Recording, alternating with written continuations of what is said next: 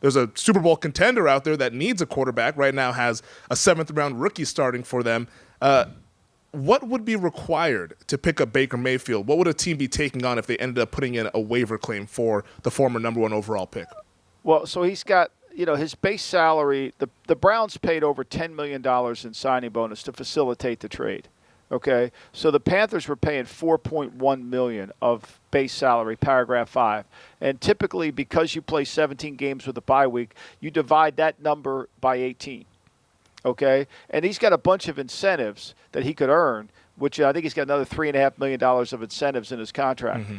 So what happens is now with only 5 games remaining, you basically have to pick up, I think it's like $1.3 million or $1.1 million remaining of his salary. You've got to have that much cap room to put him on your cap. And it's got to be that much cap room because there's no top 51. You get no player off. You got to have that kind of room to be able to do that. So, and here's the question. I mean, we hear the name Baker Mayfield, right? Oh, my God, Baker Mayfield's available. Has anybody watched him play? I mean, has anybody watched this guy? I mean, if Baker Mayfield played half as good as he did 2 years ago for Carolina, Matt Rule wouldn't be at Nebraska. They would have beaten the Browns opening day. They could have beaten the Giants on week 2. They could have easily beaten the Cardinals in week 4. I mean, he has not played well. Whatever it is, he's not played well. He can't see. He has a hard time in drop back. Now, he fits what Kyle Shanahan does. There's no denying it. Mm-hmm. But Brock Purdy played better yesterday than Baker Mayfield has played in Carolina. That's a fact. Yeah, it's hard to argue. That's a fact. Now, the Niners have the cap room to do it. There's no denying it. They could claim him. I don't know if they would. I don't know if they will. It gives him an experienced player, but what does that do for him? If you just watch the tape and forget the media, it's like somebody texted me yesterday that we're talking about the ESPN and the NBA coverage, and somebody was saying that, ESPN still thinks Joel Embiid and James Harden are megastars. Like, seriously, is anybody watching them play? Is anybody it's like we think Baker Mayfield because he was the first pick in the draft. Like, if you watch him play this year, it was a disaster. Like, he doesn't upgrade them. Josh Johnson actually played better in the preseason than Baker's played. Now, I don't know if he could do it in the regular season, but Baker in the regular season was a disaster. So you're saying if you were John Lynch, you would not put a claim in for Baker Mayfield, or even if he goes through the waivers and clears them, would you try to sign him to even a smaller contract? You think there's no value of bringing Mayfield into the situation the Niners currently are in? I don't know if he's better than what I have. I mean, based on the tape, he's not better than what I have. Based on, and the logic that the Panthers used, which I agree with, the logic the Panthers used was simply, his pro tape was better than Sam Darnold's pro tape up until that point. There's no denying that, okay? I agree with that. But from the time he's played in Carolina, there hasn't been the same. I don't know what's wrong. Is it the coaching in Carolina? What is it? Now, Stefanski kind of runs that Kyle Shanahan offense, the bootlegs, the nakeds, and all that kind of stuff. I mean, maybe you do it. I just, there's no evidence to do it. It's like yesterday I took on Chris Russo. I took Houston and laying the 7. There's no evidence to take Houston, but I just felt like it was a play, not a pick, not a handicap. To me, if you're claiming Baker Mayfield, it's based on you think you can get him back to that where he was 2 years ago when he almost beat Kansas City in Kansas City. But there has been no evidence that he's looked anything like that since then. Is there any sort of issue with bringing him in? And, like, let's say he clears waivers, you sign him to a cheap veteran deal. And well, he's going to get paid the rest of that money, so the Panthers pay him. So yeah, whatever, if he goes through the wire clear, which I assume he will. Yeah, right? I assume he will. Yeah. Because here's the other thing you have to understand. Even if you claim him, you don't have any rights to him next year. He automatically becomes a free agent. Even though he is a free agent, he automatically does. So you're basically paying $1.1 million to rent him. Right? You're paying $1.1 million to rent him. Now, maybe if you're, and why would you do that? To keep him away from the Niners? If you watch him play, you say, well, yeah, let him go to the Niners. He should play. I mean, we'll kill him. We'll beat him. Just don't foul him out.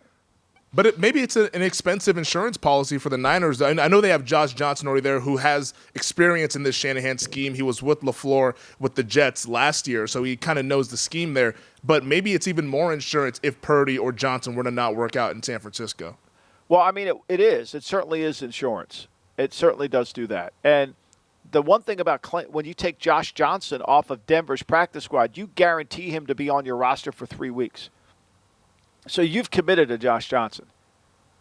So if you claim Baker and you take on that contract, you're taking on that guarantee that remains. Mm-hmm. He's a vested veteran. He's getting his money. His contract is guaranteed, whether it was or wasn't, right? Yeah. So, so to me, this is one of those decisions. Do we do it? Probably you would think they would. I think he probably would say, okay, he's an experienced guy. He knows our system. It won't be hard for him to catch up, and we'll see how we go with Purdy. Now, when you do that, are you putting what's Purdy going to feel like, right? You're basically saying we have no confidence in you, Purdy, but go out and win a game. Yeah, that would be the message. That's the fine line. Remember when Brady got hurt, and the Patriots had 2 quarterbacks. One of them was Christopher Sims from NBC. Had 2 quarterbacks on Monday due to work out, not because they thought Brady was going to get hurt, only because they were preparing their emergency list. Well, once Brady got hurt in the game, they canceled the workouts. They did not want it to imply or make Castle feel like they were bringing somebody in to replace him. They wanted to say, okay, we got faith in you, let's go.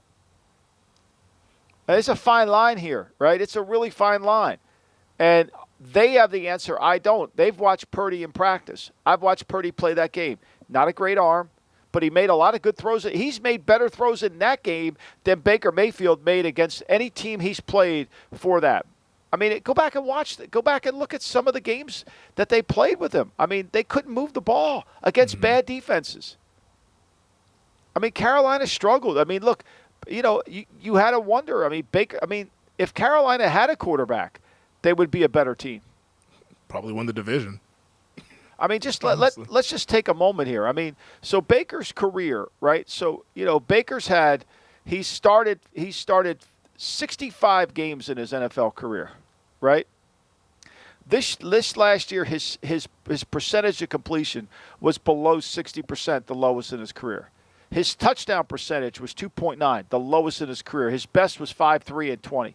His interception percentage was basically right around 2.9, which is what his career average is. His yards per attempt was down to 6.4. They got DJ Moore. I mean, they have some decent receivers. Mm-hmm. He just couldn't make a play. He couldn't make a play. And so, he started 6 games for them. They won 1 game. He threw 6 touchdowns, threw 6 interceptions. I mean, are you sure that's going to help you?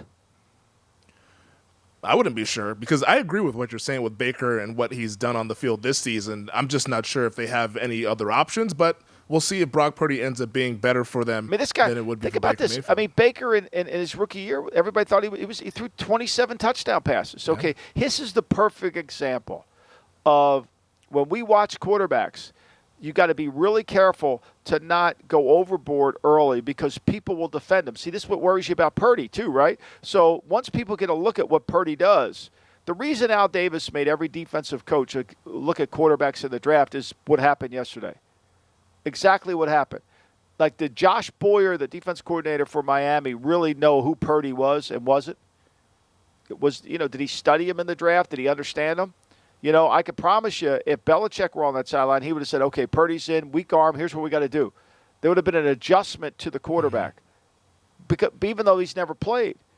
So Baker comes in the league. He's AP Offensive Rookie of the Year. He throws 27 touchdown passes, 14 interceptions, and he's 6 and 7 as a starter. The next year he comes back, people start to know a little bit about him. He's 6 and 10, right? Then he has the breakout year with Stefanski, where he's unbelievable. 26 touchdown passes, 8 interceptions.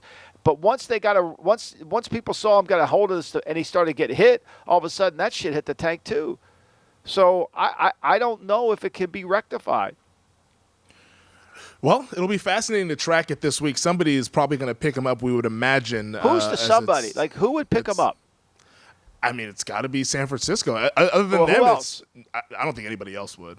I don't. Like, who else can pick? Who else is going to put Nobody. I mean, if somebody's watching pro tape, right?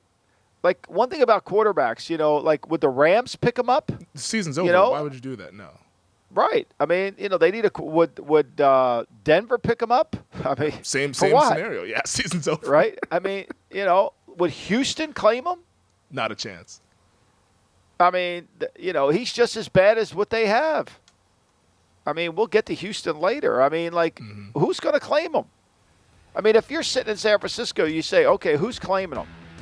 First of all, if anybody's ahead of us that claims him, if, say, Atlanta claims him, they would get him before we would anybody. We're better off just letting him go through the wire and bring him in here. Thanks for watching the GM Shuffle with Michael Lombardi. And for more videos like this, make sure to subscribe to VSiN Live and the GM Shuffle podcast with Michael Lombardi, presented by DraftKings and VSiN, wherever you get your podcasts.